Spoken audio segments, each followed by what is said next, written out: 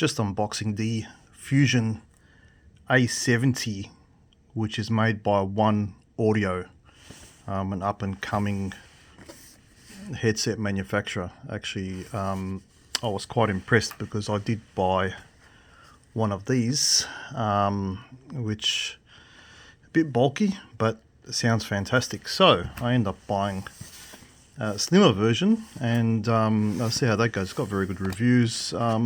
It seems like ONEODIO is actually doing some really good stuff. It's under $70 Australian. 3.5mm to 6.5, 3.5 to 3.5, a mixture of cables. Anyway, it's got a nice bag as well.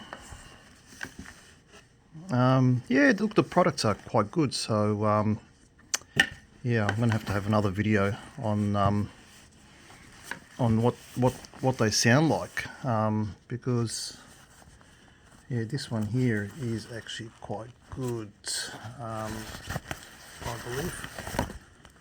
Oh yeah, okay, so we just took it out of the box. It's a bit squashed up from transit, but looks fantastic. Yeah, unfortunately that's not